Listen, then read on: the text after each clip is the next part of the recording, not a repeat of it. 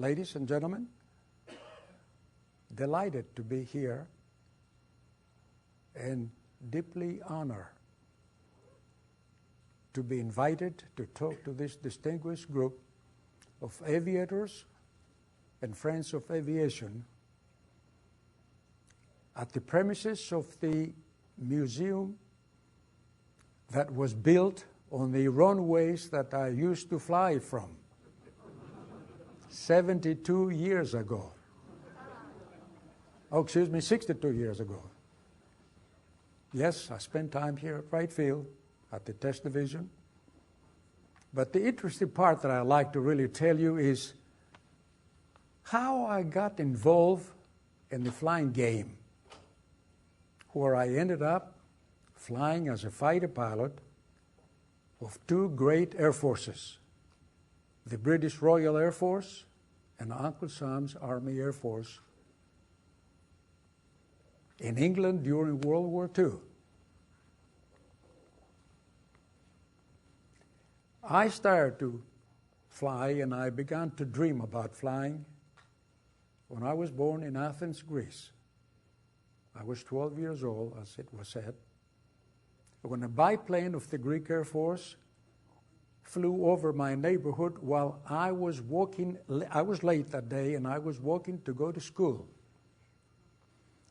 And the aircraft just did maneuvers that I had never seen before.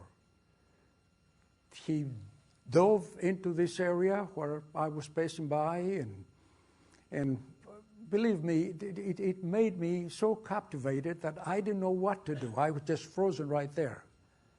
And as the aircraft flew away, I said to myself, that's it. When I grow up, I'll become an aviator. From that day on, books and school meant nothing to me. I used to skip way from school and walk 25 kilometers to watch the Greek Air Force aircraft fly at this aerodrome outside of Athens. I would come home late, and my mother says, where you been? Oh, I said, we were playing soccer and lice. On Sundays, when we had dinner with my father, he would ask by the way, we were 6 siblings, 5 boys and a girl. On Sunday, my father would say, what did you learn in school last week?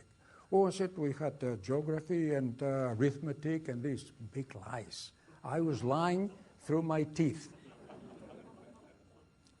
I discovered the book of Baron von Richthofen in one of the bookstores in Athens, and I bought that book for pennies, and I took it to school. And while the teacher was teaching us something and we had to have the school books, I had the Baron's book in front of me. I'll never forget, he came by and he spat at me, and all of a sudden he came by. What book is that? There was an aeroplane in one of the pages. Oh, I didn't know what to say. Oh, he got mad. And he told my father. He was a friend of my father. That's how crazy I was about flying. As I was approaching the last year in high school, I was dreaming to go to the Greek Air Force Academy that produces the aviators. But then I found out the entrance examinations were absolutely ridiculous. I couldn't do it. I was a third-class student. So when I discovered that I will not be able to finish my dream in the place of my birth, I said, I'm going to go to America. How? I didn't have anybody here to help me. I didn't have any money. I couldn't speak English. But I was determined to go to America any way possible. I read an article in a magazine one time how a Greek boy stowed away on a Greek vessel and went to Egypt to be with his uncle when his father had died. He went to Egypt and he did well. Egypt had and has quite a few Greeks there now. That gave me an idea. Stowaway on the ship. How? Where?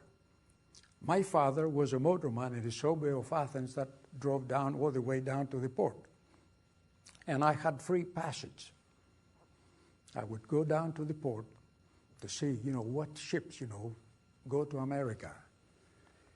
And I learned one day that the Italian liner Rex was coming to Greece to pick up a bunch of Greek passengers for New York. I skipped school. I went down to the harbor, and I watched the liner being docked. And people began to come down to visit Athens because the next day it was departing for New York. I came home. I didn't say anything. I wrote a little note to my family. I'm sorry I'm doing this to you, but I have to. I invaded my mother's cookie jar, filled up my pockets, and the next day I was down at the harbor. People began to arrive. They had spent the night in Athens, perhaps, all the Greek passengers. But I had no idea how to really get on board the ship. All of a sudden, a truck loaded with suitcases, trunks, like the passengers, the way they traveled. The truck unloaded everything by the gangway, and about 4 or 5 people, including a big husky foreman, evidently, began to carry those suitcases and trunks on board. And that gave me the idea. As they had really, all 5 of them had already gone up the step ladder to get up to the ship, I picked up 2 suitcases and slowly, I had taken my father's fisherman's hat, by the way. I lowered my hat and I picked up the 2 suitcases and slowly I went up. I went through the security guard they had up there. He didn't say anything. So as I came around, what I had in mind, to just get away from the area, from the traffic area, drop the suitcases and try to find a place to hide. As I made a right turn into a hallway, a door opened and almost slapped me in the face. The foreman of that group. "Who in the hell are you?" he said. "What are you doing here?" Oh, I said, of course, I couldn't really, I was out of breath. I said, I saw you down below there. You had so many suitcases, and I want to help you. Maybe I can make some tips. "No," he says, "we don't need you." He grabbed my hand. We went by the security officer there, the harbor policeman, and he said, "This guy doesn't belong to us. Get him off the ship." That's how I lost the opportunity to stow away on the Rex. But I didn't give up. About a month later, we were playing soccer one day, and a fellow was just sitting up there, and he wanted to join us and play. We allowed him to play, and I discovered that he was a Greek-American boy from Buffalo, New York, about my age. Well, I got excited. We became friends. He was visiting Athens to be with his uncle, his father's brother. I told Harry what I had attempted to do, and he told me that you would have never made it.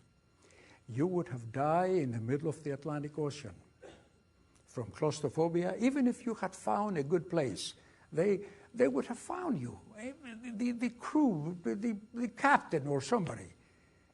But he said, there is another way to go to America, like my father used. I said, what's the other way? Get a job on a merchant ship. The Greek merchant marine was the biggest merchant marine in the world. Get a job. So that really gave me ideas. I didn't say anything to my father or even to my friends that I was thinking about that. Then I learned how to do it, how to apply for an after I had passed my 18th birthday, which I didn't have to ask my parents to do what I wanted to do, I got my nautical papers, joined the union. A month later, I got a job on a freighter, 10,000 tons, as an assistant fireman. When I got on the ship and I asked the 2 firemen that I was going to be their assistant, I said, what do you do? Oh, he said, down below there are mountains of coal. He said, you shovel the coal, put it in a barrel, and then you push the barrel and dump it into a pit for the firemen below. That was my job. Thank God, when we left the port of Piraeus, to go to Oran in Algeria to get a load of iron ore. And we were going to Cardiff, England, or Baltimore. Truthfully, the city in America that I was in love with was New York. I didn't know where Baltimore was. And when he said Cardiff, England, or Baltimore, I thought it was another city in England. It was one while we were in the Atlantic Ocean when I learned where Baltimore was.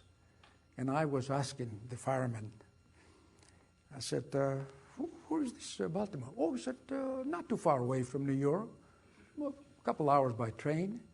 And what I was thinking about, maybe I can walk up there from Baltimore to New York, And then he began to tell me, by the way, when I left home, my father was all excited because my father was born in Sparta, and he was really in a family of fishermen. And he loved the sea. And he thought that by going to sea, I would really become a man. So anyway, he had given me $8 to take with me on the trip. Anyway, I asked the elder firemen, who, by the way, they were brothers. And for the first time, they had gotten a job on a ship, together. I said, what do you do in Baltimore? Oh, he says, I was in Baltimore about 10 years ago with another ship. And what'd you do? Oh, he says, one of the crew members wanted to go to New York to meet his uncle, and I went with him. How did you go that? I said, you don't speak English. Oh, you don't need to speak English. He said, the only thing you need to know is go to the window where the train at the station, put the money on the counter there and say, ticket for New York. Ticket for New York? When I was down below shoveling coal into the wheelbarrow, ticket for New York, ticket for New York, to memorize it. Anyway, we arrived in Baltimore, good old Baltimore, on a Friday evening. We docked outside the harbor. The berth that the ship was supposed to use was occupied by another ship. Saturday, the immigration came on board, examined the cargo and the crew. They left. Saturday night, evidently, the crew, the officers went out, and some of the crew members. I stayed on board. Sunday morning, I got up, I dressed well, my $8 in my pocket, and I said, I got to find a way to just get off the ship and go into the city, catch the train, and go to New York. I didn't know how to do it. I was thinking if I could really get a big plastic bag and put my clothes in it and then hold that and try to swim, but I wasn't a good swimmer. And besides, if somebody had seen me in the harbor, they would have really probably become a little bit upset, maybe a lost man or somebody. So I abandoned the idea. Then all of a sudden, a small motorboat was approaching the ship, and I could figure out what this guy was trying to do. He came close to the accommodation ladder, tied up his little boat, and he walked upstairs with a bunch of newspapers. Evidently, he was a newspaper guy delivering Sunday paper to the ships outside the harbor. I looked at the guy, and then when he began to go down to his little boat, it dawned on me. That's it. That's the guy who will take me out there. So I went over the rail and I said, shh. I didn't want to make any noise because everybody was asleep. I was the only one, and the cook was the other guy up. I looked down there, and I took $1 out of my pocket, and I said, shh, and pointed out. Come down, he said. I came down. In 10 minutes, I was on American soil. I wanted to kneel down there and kiss that land. It took me all day to find the railway station. I wanted to intercept the tracks because I knew from Athens, if you follow the tracks, you're liable to go to the station. That's what I did. I located the station, A lot of people inside the terminal, and I don't know which window or where to go. And I saw a man in uniform, which I realized that he was a railway man. I said, New York? New York? He pointed the window. I went to the window. I put my $7. I had $7 now, the dollar I gave to the little boatman. I put my $7 up there, and like I knew exactly what I was saying. I said, ticket for New York. The man gave me the ticket. He took about $3 and gave me some change. I got on the train, trembling, always fearing that maybe the captain, would walk up there and say, hey, this guy left my ship. That's the guy right there. But nothing happened, of course. Very soon the train began to move. And if you know geography, after Baltimore, it's Philadelphia. Thank God there was a gentleman in front, and I said, New York, New York? No, he was reading the paper. Then from Philadelphia, we stopped at Trenton. Afterwards, I realized what had happened. And again, I said, New York? Nope. So when we arrived past Newark, we didn't stop at Newark. We got into the tunnel, and I got a little scared. And finally, we arrived at Pennsylvania Station. And this is where God sent a miracle for me. I saw that movie, Miracle on 34th Street. The miracle was on 8th Avenue. I got off the station. I didn't know which way to go.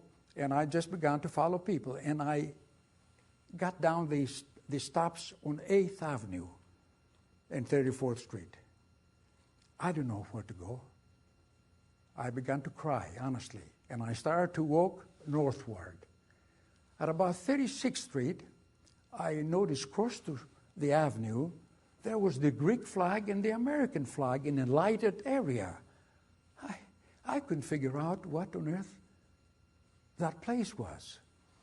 I almost got hit by a car. I didn't know anything about traffic and things like that. I crossed the avenue. I ran into a movie house that was playing the first movie that was made in Greece. I looked at it, and I had seen the movie, by the way, The Shepherd's Daughter. While I was standing there watching the pictures, two gentlemen from behind, about 2 feet behind me, started to talk in Greek.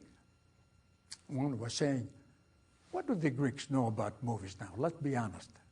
The other says, well, let's go inside, have a look at it, and if you don't like it, get out. Oh, immediately when I heard them talk in Greek, I turned back and I said, you want to know something about this movie? And the elder fellow, he looked up, who turned out to be brothers from the island of Cyprus, Greeks from the island of Cyprus, who had immigrated to the U.S. some time ago. Oh, he said, what do you know about this movie? Well, I said, I saw it in Athens. In Athens? And what are you doing here? I told him what I had done. And I didn't want to go back to the ship. I wanted to stay here. And where are you going? Oh, I said, I was told, that maybe I run into a Greek church or some Greeks, that... No, she said, the church won't be able to help you. You come with us. She said, we live in Brooklyn. That was the miracle that really helped me. So I went to Brooklyn with them. 3 days later, the elder fellow who was a chef at a restaurant in Brooklyn got me a job at a bakery, 149th Street and Broadway. He told me how to use the subway. He gave me a bunch of nickels. At that time, you pay 5 cents, no more. My first objective was to learn English because I knew that if I want to fulfill my dream, becoming an aviator, I would never be able to do it unless I learned English. But I couldn't go to a night school because of the hours that I was working. So I got hold of a Greek-English dictionary, and I began to teach myself English. Later on, I found out that there was an English school nearby, which I joined up, and I went at night on my day off. 6 months later, I was taking flying lessons at Floyd Bennett Field at a small school, flying J3 cabs, about 60 miles an hour traveling. And it was a school that you didn't have to be there every day the way we know the flying schools today, the academies. You do that anytime you want to. I was paying $12 an hour for dual and $8 for solo. I continue. I met a friend later on, and he said, I know a place in New Jersey, Westville Airport. They have a club there where you can pay $8 for instructions and $6 for solo. Without hesitation, I moved to New Jersey, and I got a job at the Park Hotel in Plainfield, New Jersey. And I started to fly from Westville Airport. I took the written examination from the CAA. I had close to about 60, 70 hours. Then it happened. A gentleman walked into the kitchen of this big hotel. He was talking to the chef, and I noticed the chef pointed at me. He came over to the pantry where I was working, and he said, "Is your name Pisanos?" I said, "Yes, sir." He said, "I am from the immigration, and you must come with me." I said, "Come with you where?" "To Ellis Island." Well, I said, "Do you mind if I go over to change my clothes?" "Yes," he said, "but I must come with you, and I want to warn you, don't do anything because I am armed." So we took the train for Plainfield, Jersey City, took the ferry. He didn't say anything until we were on the ferry to Ellis Island. He says, "I don't know what they're going to do with you. The Germans have already invaded your country, but we'll see what the director will say." I was interrogated. I was asked, whether I am a communist or belong to a fascist organization. But I must really add something here. They found me because I had registered for the draft and also the alien registration that President Roosevelt came up with since the war in Europe was going full speed. And of course, if you remember, we had German spies here all over the place. And I think this is how the boys discover me. The next day, it was a big auditorium with many people, and an officer in uniform was walking by. "Pisanos, Pisanos." I said, "That's me. Follow me," he said. I walked into the director's office, and who was there? The owner of the Park Hotel, a German fellow who he had arrived in America the same way I did. He was a waiter on the SS Bremen. But look what America can do to people, with determination. He owned 3 hotels, one in Plainfield, one in Trenton, and one in Newark. He came here as a waiter from the boat, from the ship, but he was discovered, evidently, and he told the authorities, "Hold it, I'm going to leave the country because I can get a job on another German ship." But he came back with a visa. I didn't have a dream of doing that. I wanted to do my dream here. So anyway, the director said, "Young man," he said, "we can't send you back to the place of your birth. The Germans are there." He said, "We have classified you as a refugee, and you're going to be given a paper, and you can go out, back to your hotel, do whatever you want to." Was I happy? I thought this fellow, Uncle Sam, was really a wonderful guy. I continue my flying. I took my flight check, which I passed with wonderful. Even the written examination, the way I was really teaching myself English and going to a night school, it helped tremendously. And by the way, while I was studying, working at the Park Hotel, I took some garbage one day over to the big garbage can, and I noticed inside there were about a bunch of menus that they had used, all menus from the day before and the week before. And I picked up a page. I noticed the menu here. On the back was empty. Hey, that's where I'm going to do all my navigational problems for my license and this and that and my English. And those were the papers that I used to learn English and learn about flying.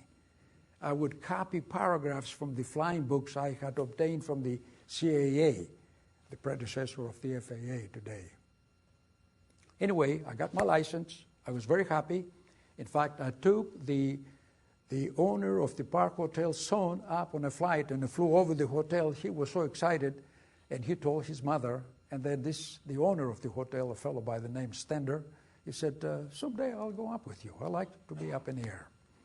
Anyway, the Germans continue with their machinery, destroying everything in Europe, as you know. They had occupied Greece. They were stealing fruit and olive oil and everything they could. They would kill people, and the people would be lying on the gutters in Athens, you know, and nobody had money or the way to remove those dead bodies from the streets. And I was excited. I was so mad. I was so mad. This was about the middle of 1941. So I went to Westville Airport one day, and my instructor, Johnny Hilton, we went out to lunch, and I was so upset. And he saw me. He said, what? I said, did you see the papers? The yesterday papers. I said, what is happening in the place of my birth?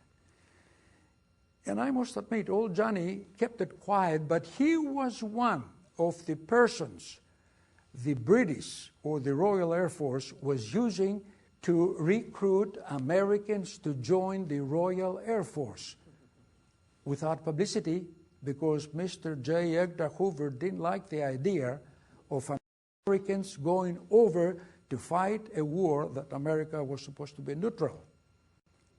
So Johnny said, you really want to fight the Germans? Well, Johnny, I said, if I can only get there, I'll fight the SOBs.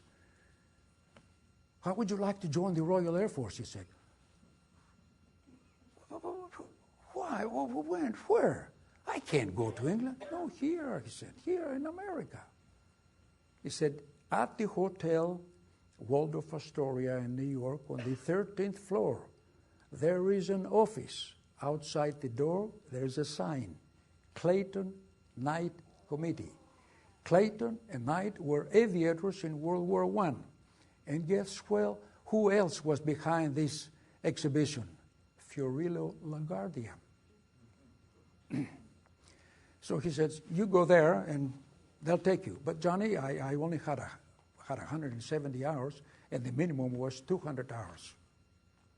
So one day on my day off, I jumped on the train with my logbook and my license.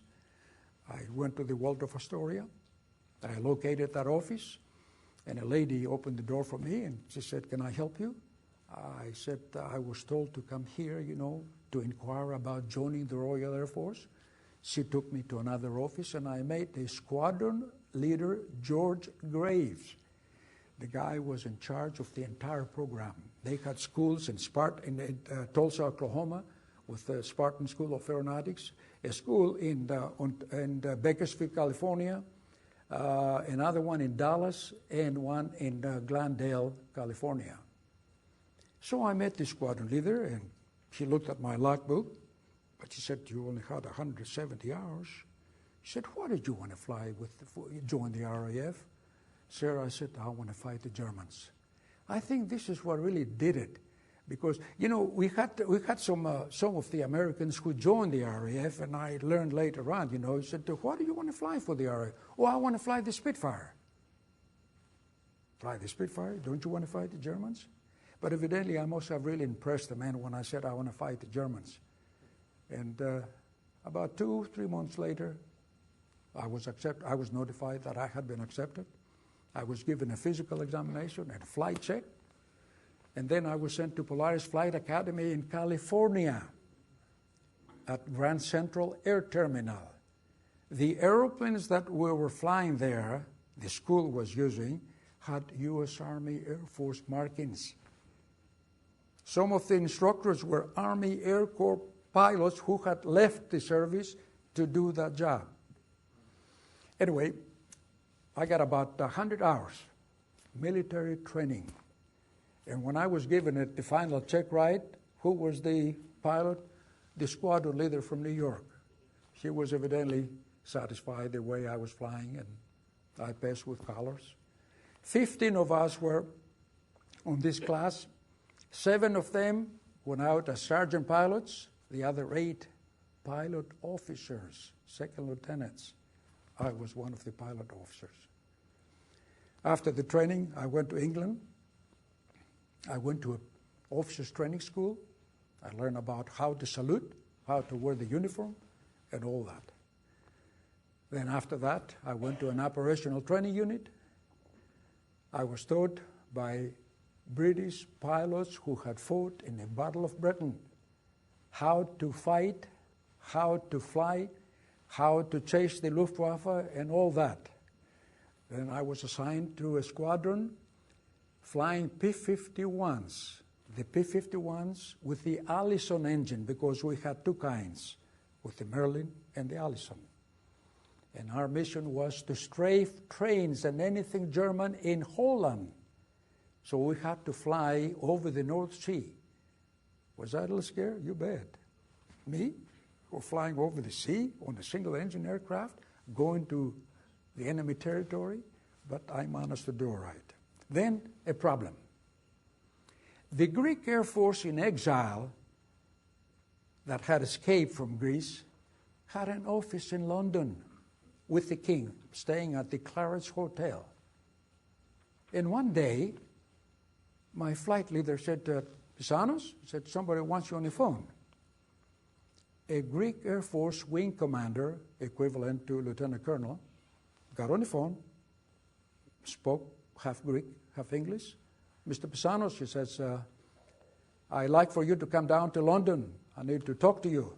He said, we tried to organize a Spitfire squadron in Egypt, and we need pilots. Evidently, many of the Greek pilots who had escaped from Greece had gone to Malta, to Egypt. Some had arrived in England.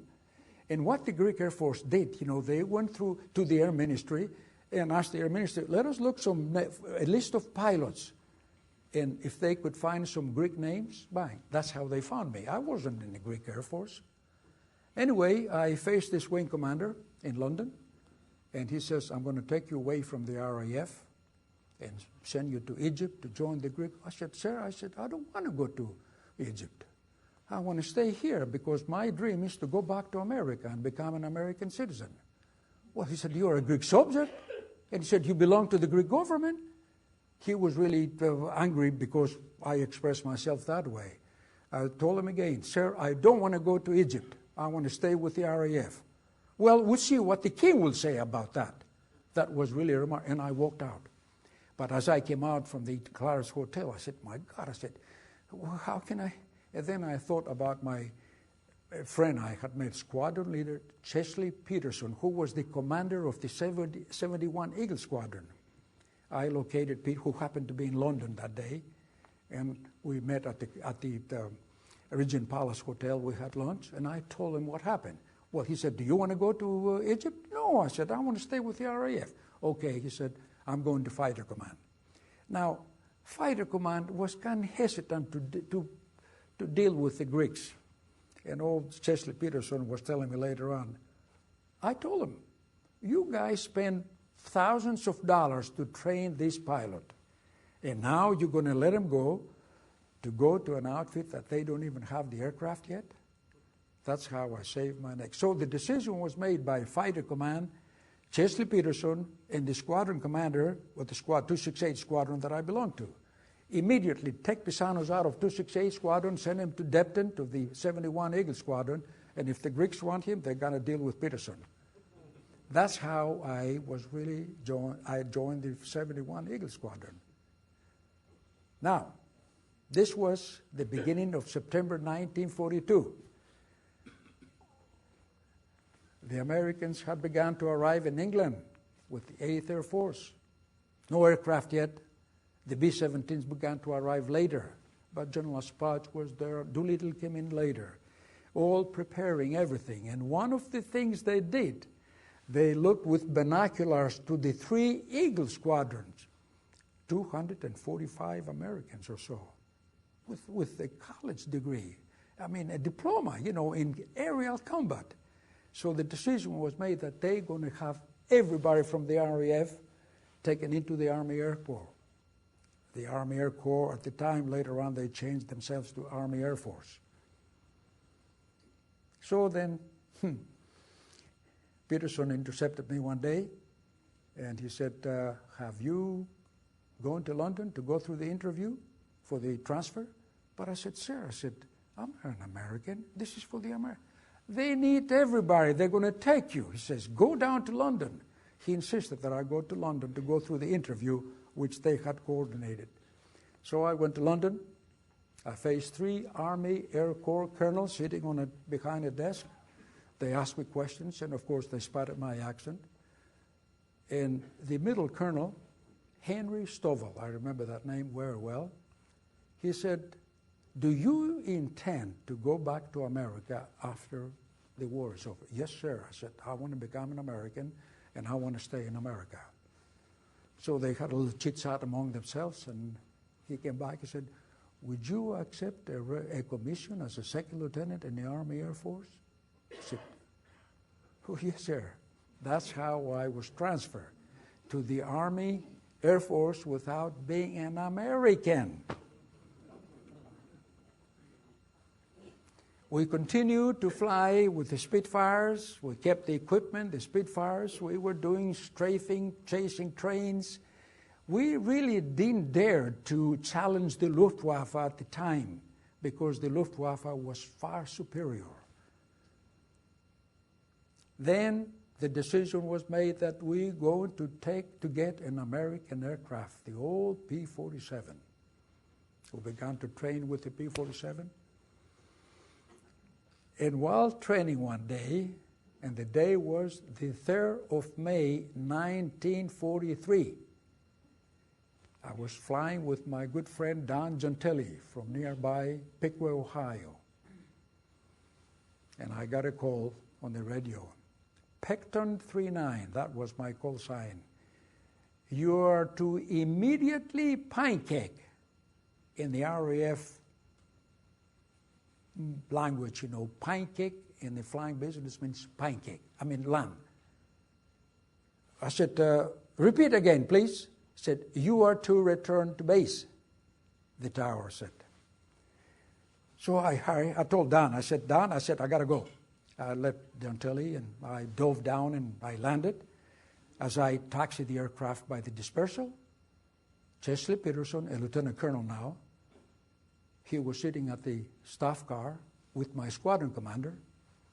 And as I got off the aircraft, I went over, I saluted. I said, sir, why did they call me for my training flight? He said, get in the car. Oh, my God. Oh, then it dawned on me. Tommy Andrews, who was my squadron commander, 334 squadron commander, he said, as he got off the car for me to get in the front there, he said, good luck, Spiro. So he began to drive towards his office. We got to his office. He sat down on the other side. He asked me to sit down. This Colonel Peterson, he said, connect me with the embassy in London, please. Oh, my God. That's it. The Greeks have gone to the American embassy and told the embassy, this guy is not an American. He's a Greek subject. This is what really went through my head. And God darn it, I said, Jesus. I said, why didn't he tell me that? So then the embassy evidently answered, and this is Colonel Peterson. He said, will you connect me with the ambassador, please? Now, Colonel Pete was a very good friend with Ambassador John Wynant, a fighter boy from World War I. He said, John, I got the young lieutenant right here, and I think you better tell him. I knew it. I said, Jesus, I'm going to Egypt. I knew it right there. The ambassador answered the phone and said, Lieutenant, how would you like to become an American citizen here in London today? Those were the words that came through that telephone. You think that my heart did not come out and say goodbye? So, but I said, but sir, I'm waiting until I get back to America and become an American. No. He said, we're going to naturalize you here in London. You better hurry down. So then he said, let me talk to Colonel Peterson. They conversed up there and they decided. So I went to my room, put my uniform on, took the train to London. At the gate, at the embassy, of course, they told me, I said, I need to see the ambassador. They're waiting for me. In the office of the ambassador was a Dr. Henry Hazard, special envoy from the Department of Justice in Washington to quickly naturalize a bunch of us who were serving in the Air Force at the time we were aliens, not Americans. And Peterson, the ambassador, when he got the signal from the State Department that the man was coming in, he thought of Peterson because Peterson had asked him, what do we do with this Greek guy? I want to make him an American. And there was no way until this situation. Anyway, here I am in London at the embassy. The ambassador introduced me to Dr. Hazard. And he said, now, this being a military event, he said, I think it should take place at the military headquarters, another building around the corner from Grosvenor Square. So we went to the other building. And I walked into an auditorium just as big as this here. Newspaper man, Stars and Stripes, English papers. Ed Morrow was there, and what have you. Anyway, I took the ceremony. I took the oath, and the ceremony was beautiful. And then Dr. Hazard said that, gentlemen, ladies, I'd like to introduce to you the new American. And he said to me, you're going to be proud for the rest of your life because you happen to be the first individual ever to become an American citizen outside the U.S. continental limits. Was I proud? Am I proud? You bet your bottom life. This is what I tell the youngsters, in high school. Be proud. When you look at the American flag, I said, look at it and think. Anyway, I came back to the station the following day. I stayed in London because Ed Morrow was a friend of Ben Lyon. Ben Lyon was one of the old actors, who played on the movie that I had seen from 20 times, Hell's Angels, the movie that Howard Hughes made. So anyway, Ben Lyon invited me to go to his house that night, and Ed Morrow came up there, and it was wonderful. The next day I went to the station, and everybody, honest to God, my friends, Don Gentili, he hugged me and kissed me. He said, buddy, you're an American. Well, you belong to me. And by the way, the friendship that we had created between Gentili, the Italian, and Steve Pisanos, the Greek, every time they would introduce us, he said, have you met the Greek and the Italian brothers? They really consider us brothers, yeah. We continued to fight the Luftwaffe with the P-47. I had my first victory on the 21st of May, my first mission with the P-47. I tangled up with an FW-190, and the guy was a little smart, and he made the mistake, and I nailed him. Walter Cronkite visited our base, and he interviewed me and another friend, and that's how I know Walter Cronkite, who was gracious, to make the best introduction to the memoirs that is coming out very soon, that I have completed. Anyway, we continued to escort the B-17s all over Germany. I took part on that Schweinfurt mission where we lost 60 B-17s, 600 crew members. We the fighter people hated to take the bombers up to this point, then say, good luck, boys, and go home. Then the rest of it was up to them. What was the Luftwaffe doing? Waiting until the fighters go back home. That's how they used to attack the B-17s. I flew missions. I did strafing, locomotives, trains, military trains, barges on the Rhine River, especially when the Germans began to fire at our boys, the B-17 boys coming down in a parachute. That was, awful, awful. So I think General Spaatz passed the word.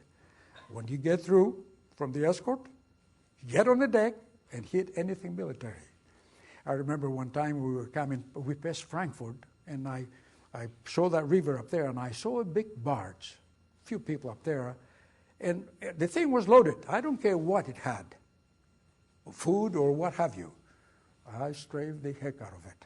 And I remember some of the crew guys were jumping over the river. I said, good luck.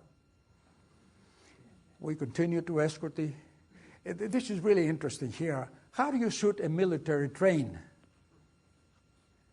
to kill everybody at the same time? Now, the locomotive is a different thing. You aim the locomotive, you fire, and if you hit the boiler, goodbye locomotive. But 10 cars loaded with German soldiers? How would you do that?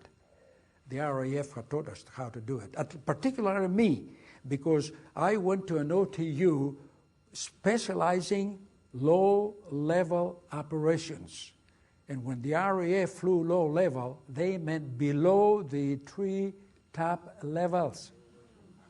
That's the only way to survive on a strafing mission, which it was the most dangerous from combat.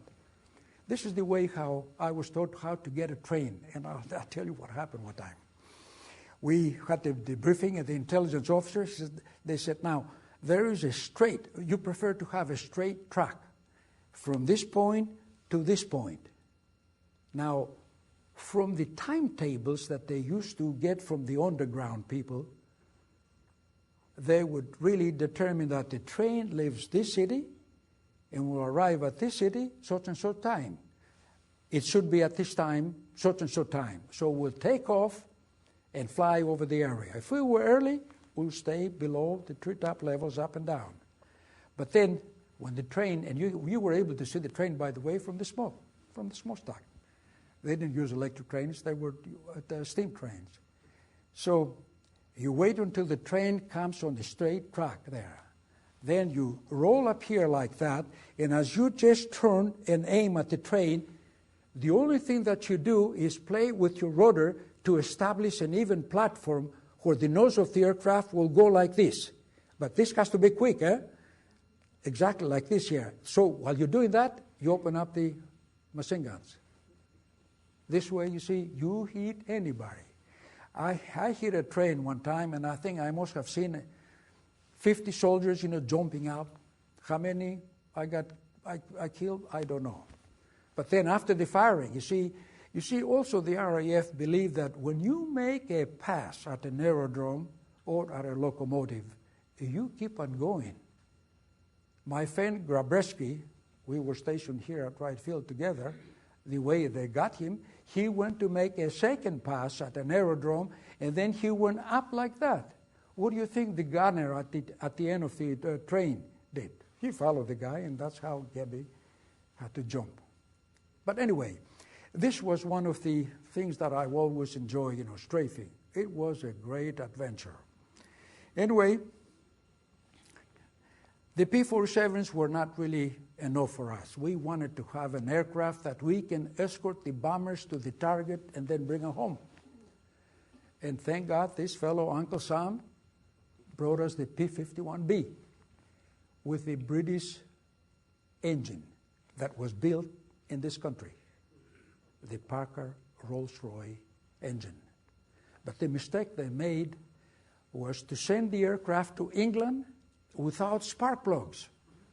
So the generals, General Kepner and Doolittle and Spaatz probably, they wanted to get the fighters up in the air as soon as possible. So they decided to use Spitfire plugs. That wasn't too good. After 5, 6, 7 hours. Anyway, we'll come to see what happened to me later on.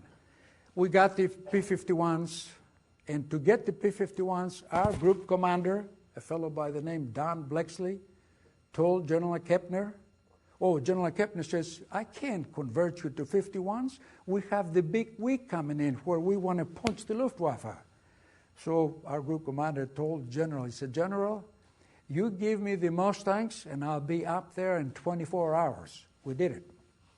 We did it.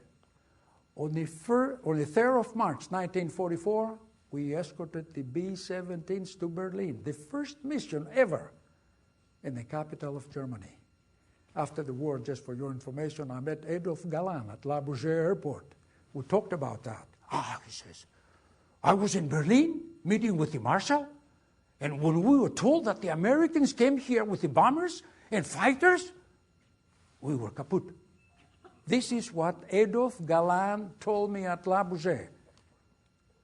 Unbelievable. Well, on the 4th of March, we decided to go back to Berlin. I was out of luck. I took off, and after I just put my gear up, the right tank, fuel tank, just fell off the wing. Now, aircraft was taking off, so immediately I declared an emergency or something. I pulled away and I let the other aircraft take off, and so I didn't go on that mission.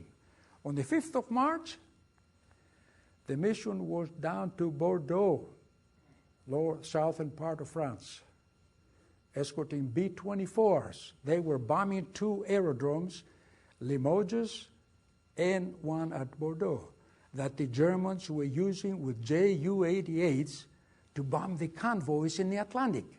So the British and us, were determined to get them off the earth there. Well, we took rendezvous with the bombers, took them over to the targets. Then they got separated. A bunch went for Limoges and a bunch for Bordeaux. I went along with the Bordeaux people. Over Bordeaux, we got into a fight. I got a couple of those, and I damaged 2 more. And then we got separated, and I began to come home alone. Over Le Mans, a city of France, my engine acted funny. I knew the spark plugs would let me down. By the time I had reached the southern part of Le Havre, that engine was, and I knew that I will not be able to make the channel. And then at the same time, as I was coming over the city of Le Havre, I didn't want to turn with a dead engine after my engine quit, try to bypass the city. The Germans opened up with their ACAC, and they just scared the heck out of me. So I said, to heck with that. So all of a sudden, when my engine quit, I gave Mayday on the radio, and after my 3rd Mayday, I lost my radio. I said, to heck with that. I'm turning right back, and I'm going to bail out south. So I glided the aircraft south. This is a long one here. I don't want to really keep you people, but it was really difficult. We had kept the RAF parachutes in Mae West. We loved them because the RAF parachute, you had a little big buckle here or something. You connected the 4 pieces here. The American parachute, you had to really plug each one here, each one here, each one here, each one here. The RAF, if you had to really take the parachute off, you just turn that buckle up here, pop it, and the parachute will disappear. When we left that morning for that mission, I had forgotten to connect the cord from the dinghy to the Mae West. Now, if you use the parachute over the channel, the moment your feet hit the water, you don't need the parachute anymore, okay? You turn this up here, buckle, the parachute goes, and the cord will pull the dinghy which you want. I had forgotten to connect that plug to the Mae West, male to female. Over Bordeaux, evidently, when I went like that, something went wrong, and the thing just got stuck somewhere below my feet. At 2,000 feet after I had released the canopy, I had in mind, to stand up, and of course the wind would push me back, stand up, stop on the left wing, and slide down. So here I am, standing up, trying to fight my way with my parachute on now, And I looked at the cord down there, and I said, my God, the cord. I began to really scare. Oh. I pulled the thing up, I tried to pull it, nothing doing. In the meantime, the engine was dead. The aircraft was just coming down beautifully. I had trimmed the aircraft, by the way, to leave it in a good way. So then I sat down again, and I played around with that cord, tried to pull her up back and forth. Finally, the thing came loose. I connected it immediately with the Mae West, which I didn't need that anymore. I was on land now. And then I stood up again, tried to stop on the wing, and as I got out on the wing, I had a little difficulty with my parachute. I stopped on the wing, and thank God, before I was to slide down. I looked up ahead, and I can see cattle in this French farmhouse. I must have been about 300-400 feet above the ground. Oh my God, I said, then I thought of trying to jump back in the cockpit, but again, with the parachute, I didn't want to disturb the stick, Well, the aircraft evidently came close with the contact with the ground. The right wing hit the ground first, and then by doing that, the aircraft moved a little bit. I was thrown I was holding with all my power. That didn't help. I was thrown forward, missing the stopped four-bladed prop, tumbling in the air. Bang.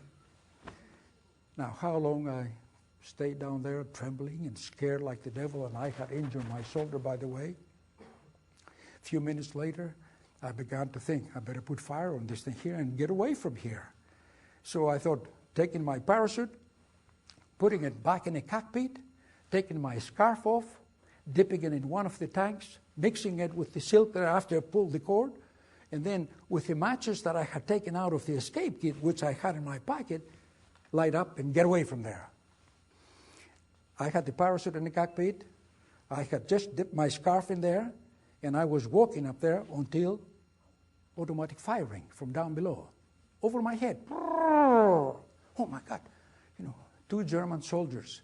Evidently, they had seen me coming down. The next fire, it hit the vertical stabilizer, I think, and over so close to my head that they scared the heck out of me.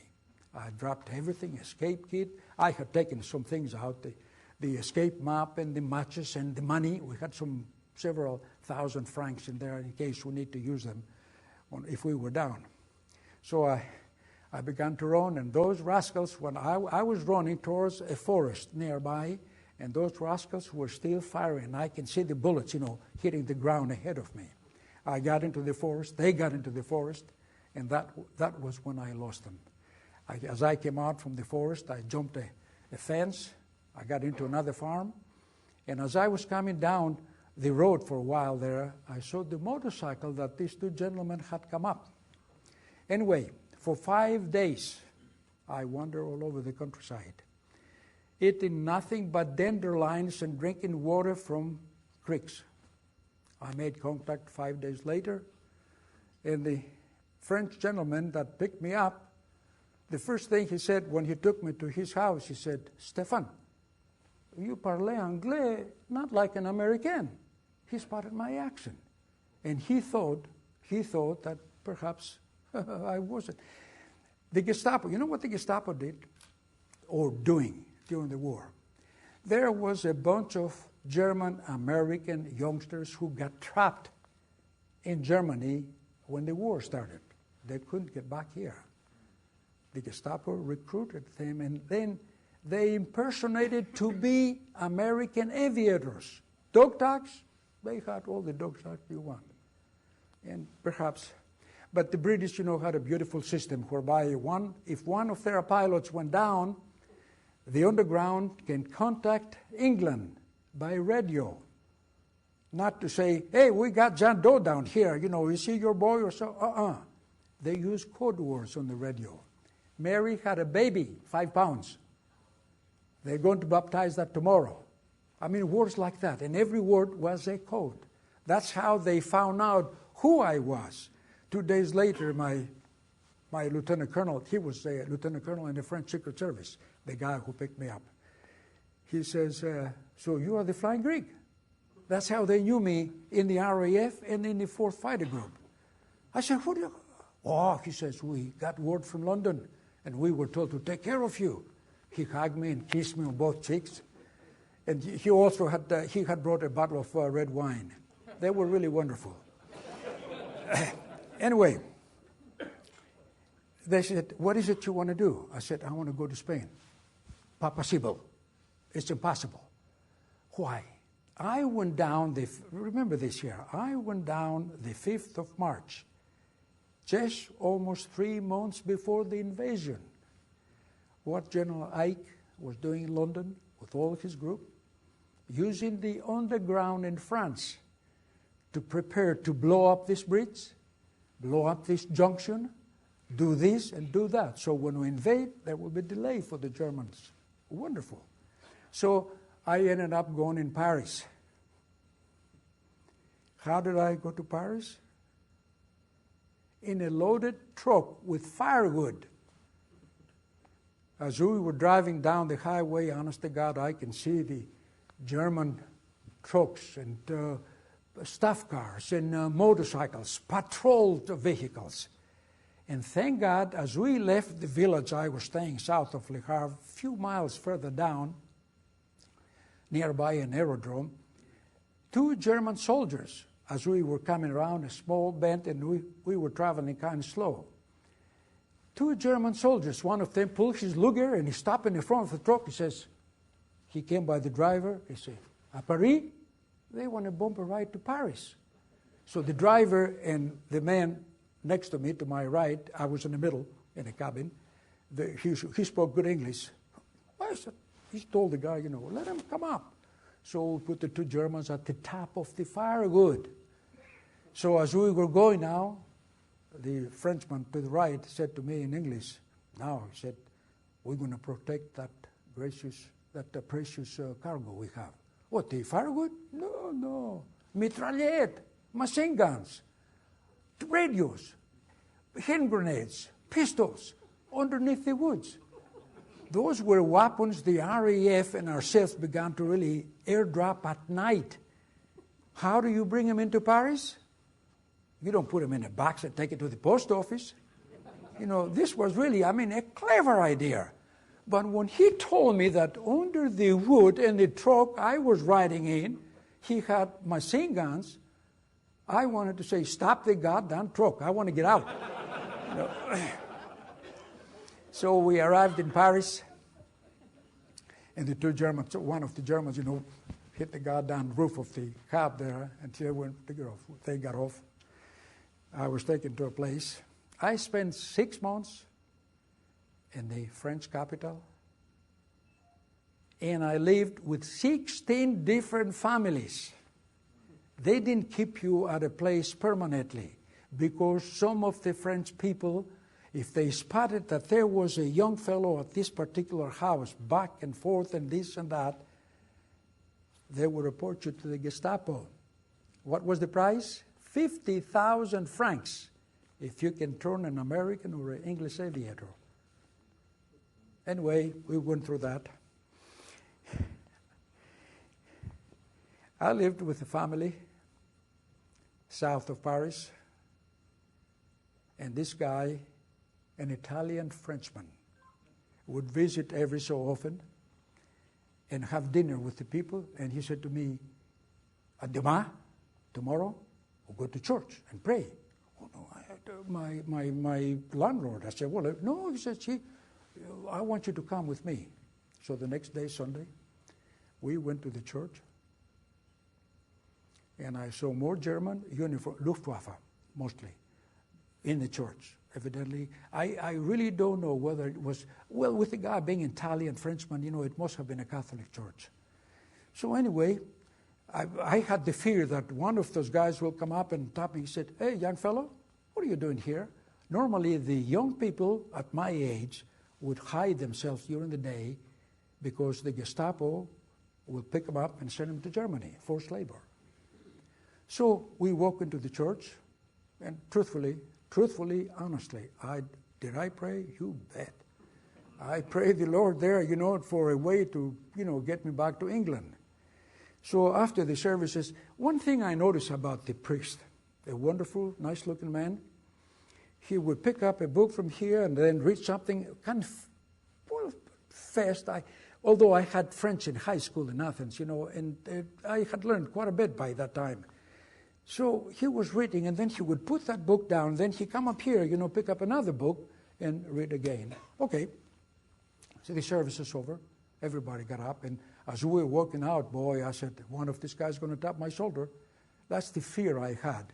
We got into his Citroën, and we began to drive back home. He said to me, "Did you like the service?" Oh, I said, "Yeah, but I said, the Germans in there. Oh, they are Christians. Don't worry." He said, "Did you notice anything about the priest?" I said, "He was a nice-looking man." No. no, nothing? No. Ah, le priest, no priest, intelligence. What he was reading from the books was codes for agents inside the church. I couldn't believe it. Honestly, I just couldn't believe it. On the 5th of June, I was moved to another place, and a lady came in with a baby. She said, I have the tickets. This was part of the underground. I have the tickets. Tomorrow, we're catching the train for Brest. You're going to go there to a safe house and wait for a British submarine to take you back to England. This was the 5th of June, 1944. What happened the 6th of June? Everything. You should have seen Paris. The Germans were out with tanks and what have you. It was really chaos. It was pathetic. So, and the woman had taken the baby, I learned, from the orphanage to impersonate to the Gestapo, perhaps, because the Gestapo patrol everything. I have so many of these stories. I have a story to tell you how I ended up in the sewer with a French intelligence guy because he didn't want to go through the checkpoint there and to show his face. He was moving me from one place to another. He didn't want to show his face to the Gestapo who was doing the checking. We ended up in the sewer. And when I asked the guy, I said, how do you know where we are going here? We ended up further down in that square. He opened up the manhole, like we had gotten into, and we were in the middle of a square. Well, he said, I attended the University of Paris. He was an intelligence guy, too.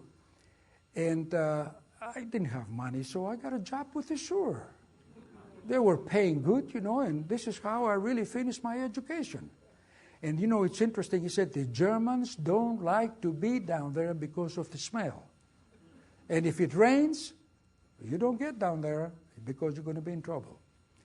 As I said, I have quite a few to tell you about this, but I'm not going to bother you with that. Anyway, on the liberation of Paris, the 26th of August, 1944, you should have seen the place when General Leclerc, Ike evidently told our people, let Leclerc with his French soldiers walk into Paris to make the Parisians think that they liberated Paris. Behind Leclerc was the 4th Division, Army Division, our own division with General Barton, who I met, during the coming into Paris. Anyway, when Paris was liberated, how many aviators came out into that world? Some 700-800, British and Americans. My last stay with a group, notorious saboteurs. I went out with them one night. We derailed a train. I went out another night, northeast of Paris, not in the heart of Paris. We met another group, ambushed a convoy of 7 German trucks that were loaded with stolen French property. They were taken to Germany as they were evacuating. From the place where I was staying, in a city northeast of Paris, I saw a horse buggy with 4 wheels, no horse up in the front, able German soldiers pulling it to go to Germany with wounded Germans they had taken from hospitals. I saw vehicles the Germans had stolen from the French, but what the French had done, they had taken the rubber from the wheels. And I remember, that noise was so bad. Driving an automobile without tires on a cobblestone road. I said to my French friend, qu'est-ce que c'est? Ah, les Allemands. He spoke English. He said, same. He said, they came here, with glory, to capture France. And look at them. They were really evacuating Paris awful. Again, as I said, there are so many things here. So anyway, I got back to London, to England. Interrogated by our intelligence, and I had some guys, they wanted to know everything because I had spent quite a bit of time with the underground. And the rule was that if you had gone down in France or Belgium and spend time with the underground, you do not go back in combat. So I was dead as far as I had completed by that time 110 missions, and I had shot down 10 enemy aircraft. So then the decision was that I'll go and serve at the wing. While I was at the wing headquarters, I got a telegram from my buddy Gentili, who was here at this place. I just learned that you returned safely. I knew you were not ready to go. He said, I'm getting married at the end of November. I want you to be my best man. And see if you can get an assignment to Wright Field. Now, my general at the wing headquarters, he said, as an evadee, you have a preference. You can go anywhere you want to. I said, I want to go to Wright Field. I came here. And later on, the runway that I did test flying, after I finished the test pilot school, they built a museum. Beautiful place. Beautiful. I went through test pilot school. Gentili and I were selected to, he had gone to school before me, selected to do the service test of the YP-80 at Muroc, Edwards Air Force Base today. We finished up, then we came back here. We did many, many tests. I had a test run one time with a P-63. I was flying over Cincinnati at about 30,000 feet. The thing blew up, but I was able to bring the aircraft here and land on the east-west runway. I touched down about halfway down the runway. I slammed the brakes. I wasn't on fire up there other than the engine blew and it was banging like the devil. Something inside, had broken up. Where did you think I caught fire? The two wheels. After the rubber was worn out, the rims, created sparks and bang. The fire trucks were following me. The ambulance was behind them. Staff cars were chasing me along that west runway. And when I stopped at the very end of the runway, I had released both doors, by the way, both doors, thinking I might have to jump. And when I stopped the aircraft, I jumped out, and that fireman there, I don't know who on earth he was, with that white hose, that hose of his and the foam, I was just completely covered up like a snowman. Then I remember they put me on the ambulance and they brought me to the hospital here at Patterson. We didn't have a hospital there, a small clinic at Wright Field. And it was then when I made the decision to leave the service and go to fly for TWA. I left here and went to Kansas City. Oh, by the way, I forgot to mention that while I was here, and when Gentili and I returned to Wright Field from Muroc, Chuck Yeager had joined us, Bob Hoover, then later on Dick Ball, Gabreski. We had 6 aces here, and the total destruction of enemy aircraft in Europe and the Pacific, 147. This is what Dick Ball reminded me one time while we were having coffee. The weather was bad. And anyway, I went to fly for TWA, but it was not a pleasant job. They had hired too many pilots. I had 2 furloughs. Then the captains went on a strike. But thank God, I met a wonderful woman in Kansas City. And in 1946, I didn't let her get away from me. I married her. And not too long ago, we passed our 61st anniversary. She gave me 2 wonderful children. One of them is Mr. Jeff right here. He was born in Kansas City. And the other one is Diane, who is a practitioner in Denver. Anyway, everything's wonderful. So I was on a Constellation flight to LaGuardia through Washington, D.C. I called my friend Gentili, who had left the service. He came back and he got a regular commission and he was at the Pentagon. Buddy, I said, I'm coming in, TWA flight so-and-so, about having coffee. We had coffee together at National. I told him about my unhappiness with TWA. You want to get back on active duty? But Don, I said, I don't have a college degree. The Air Force requires at least any officers coming back on active duty, at least 2 years college. Yeah, he said, you don't have college, but you have something that the Air Force will give $1 million to have you. Jet time. Gentili and I were probably the few of the few who had over 100 hours test jet time on the YP-80 at Muroc, leave alone the German Me-262 we flew here on the P-59. He said, when you get back to Kansas City, I'm going to send you an application for return to active duty. Don't send it through channels. You send it to me. 10 days later, I got a paper in the mail. By direction of the president, you are to so-and-so. I went to the Pentagon. Anyway, I had good assignments all over. Uncle Sam was really wonderful to me. I served back in Germany, and from Germany I volunteered to go to Vietnam. I served a tour in Vietnam. I commanded a squadron out there, and I flew an aircraft supporting the Army. And then on the way back home from that tour, I was supposed to go to Vandenberg Air Force Base because my wife wanted California. We had been in California before. The telegram from the Pentagon says, because you have been promoted to colonel, your assignment to Vandenberg is canceled, and you go into this place. I was deputy commander for an ICBM, Titan II missile, and I control 18 of those rascals. And I want you to know that the country, Uncle Sam, and the Air Force was really protecting you. Those rascals were looking at the best Soviet cities. No doubt they were doing the same thing to us. But if you remember that time we had the B-52s, flying at the same time. So in case something happened, we were going to do it. Anyway, from that assignment, the Pentagon called me again. They were looking for a colonel with fighter pilot background, Vietnam service, who can speak Greek. I was the only guy. That's what the IBM, he said, that's what the colonel, by the way, was a Colonel Tolman, who later on became commandant of the Air Academy with 3 stars. He said, I told my guys, and he said, they called me back, and they said, the only card that pops up on that IBM machine was this guy, Steve Pisanos.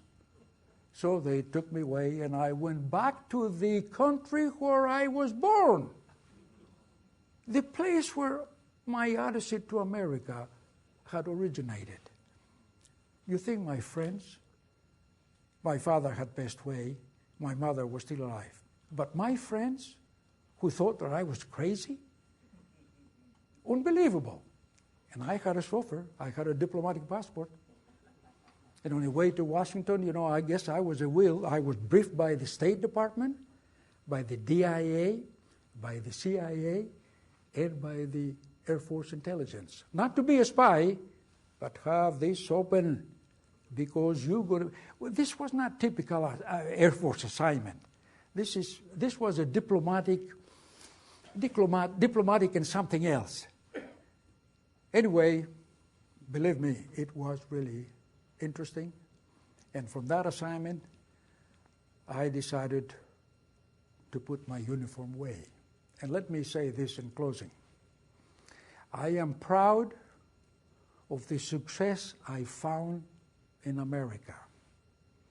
And I am also proud, very proud, for having become a citizen of one of the greatest countries in the world, the United States of America.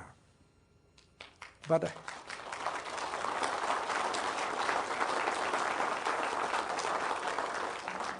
I have always felt kind of guilty, because over the years, I have received so much that I would never be able to pay back Uncle Sam. I treasure highly what America did for me, because there is so much that I have to be grateful. Uncle Sam helped me to fulfill not only my dream that I had from the old country, but to achieve greatness and goals that I never dreamed. I never dreamed that someday I would be a colonel and they would put eagles on my shoulder. I never dreamed that I would go attend the test pilot school at the Air Force, the Air Command Staff College, the Air War College. I never dreamed that I would earn 45 decorations, awards and decorations from 4 countries, most of them from Uncle Sam. My gratitude to America is too great, really, to express in words how I feel in my heart. For this reason, I am and always will be obligated this wonderful country of ours, your country and my adopted country.